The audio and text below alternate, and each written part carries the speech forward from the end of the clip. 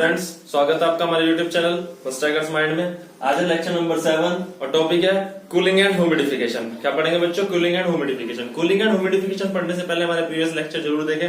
इससे पहले हमने कूलिंग एंड डिह्यूमिडिफिकेशन पढ़ाया था, वो जरूर देखें जिससे कि ये आपको अच्छा समझ में आए। ठीक है, और जिन्होंने हमारे चैनल तक सब्सक्राइब नहीं किया वो चैनल को सब्सक्राइब जरूर करें। तो आइए देखते हैं कूलिंग एंड ह्यूमिडिफिकेशन। तो बच्चों आज हमें पढ़ना है कूलिंग एंड ह्यूमिडिफिकेशन। पहले हमने पढ़ा था कूलिंग एंड डिह्यूमिडिफिकेशन, ये ठंडा किया था और वाटर वेपर निकाले थे। और आज हम क्या करेंगे? Cooling and humidification. ठंडा तो करेंगे, कूलिंग तो करेंगे, साथ में उसमें वाटर वेपर भी ऐड करेंगे। क्या करेंगे बच्चों? Water vapour add. पिछले में निकाले थे, आज वाटर वेपर हम ऐड करने हैं एयर में। क्या करना है? वाटर वेपर को ऐड करना है। वाटर वेपर को कूलिंग और ऐड भी करना है, एयर को कूल करना है और वाटर वेपर उसमें ऐड करके ह्यूमिडिफिकेशन करना है। तो सपोज एयर यहां से पास हो रही है, एयर इन और एयर आउट। अब इसको कूलिंग और ह्यूमिडिफिकेशन करने के लिए हम क्या करेंगे? इसके वे में रास्ते में क्या लगाएंगे? एक नोजल स्प्रे लगाएंगे। नोजल लगाएंगे, स्प्रे नोजल्स लगाएंगे जो वाटर को, सपोज ये मेरी एयर जा रही है, इसके ऊपर मैं वाटर का स्प्रे कर दूं, ठंडे वाटर का क्या कर दूं बच्चों? कूलिंग वाटर का स्प्रे कर दूं। अब जो कूलिंग वाटर मेरे एयर के कांटेक्ट में आएंगे तो एयर मेरी ठंडी भी होगी, साथ में वो वाटर वेपर को एब्जॉर्ब कर लेंगे, होल्ड कर लेंगे, अपने अंदर एब्जॉर्ब कर लेंगे। तो एयर क्या होगी? ऊपर से वाटर वेपर स्प्रे हो रहे हैं तो एयर क्या होगी? ठंडी भी होगी और ह्यूमिडिफिकेशन भी होगा, वाटर वेपर उसमें ऐड भी होंगे। तो कूलिंग एंड ह्यूमिडिफिकेशन।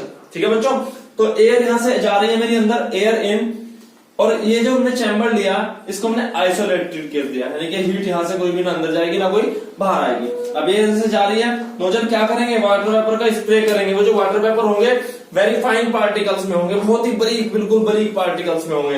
एयर यहां से अंदर जा रही है और क्या होगा? इधर से वाटर को स्प्रे करेंगे, फाइन पार्टिकल में स्प्रे करेंगे हम। तो एयर यहां से एंटर, स्प्रे हो रही है। एयर जब स्प्रे के कांटेक्ट में आएगी तो वो कूल भी होगी, ठंडी भी होगी और वाटर वेपर को होल्ड करके ह्यूमिडिफाई भी हो जाएगी, यानी कि कूलिंग भी होगा और ह्यूमिडिफिकेशन भी होगा। यहाँ पे बच्चों पंप लगा हुआ है।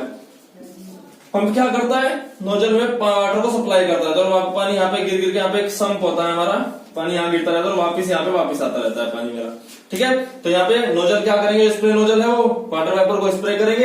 एयर यहाँ से जाएगी, वाटर वेपर ठंडी भी होगी और वाटर वेपर ऐड होने जाएंगे उसमें और हो जाएगा ह्यूमिडिफिकेशन। तो कूलिंग भी हो जाएगा और ह्यूमिडिफिकेशन, यानी कि ठंडक भी हो जाएगी, ठंडा भी हो जाएगा और आर्द्रीकरण भी हो जाएगा। तो आइए इधर देखते हैं 1 से 2।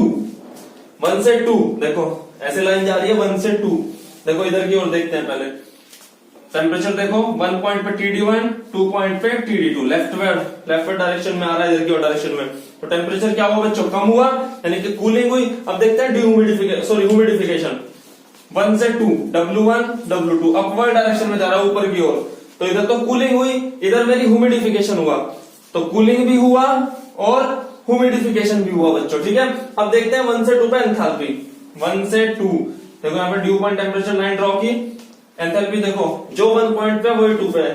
H1 is equal to H2। तो याद रखेंगे कूलिंग एंड ह्यूमिडिफिकेशन प्रोसेस में जो एंथैल्पी होती है वो क्या होती है बच्चों? कांस्टेंट होती है। तो ये था बच्चों कूलिंग एंड ह्यूमिडिफिकेशन।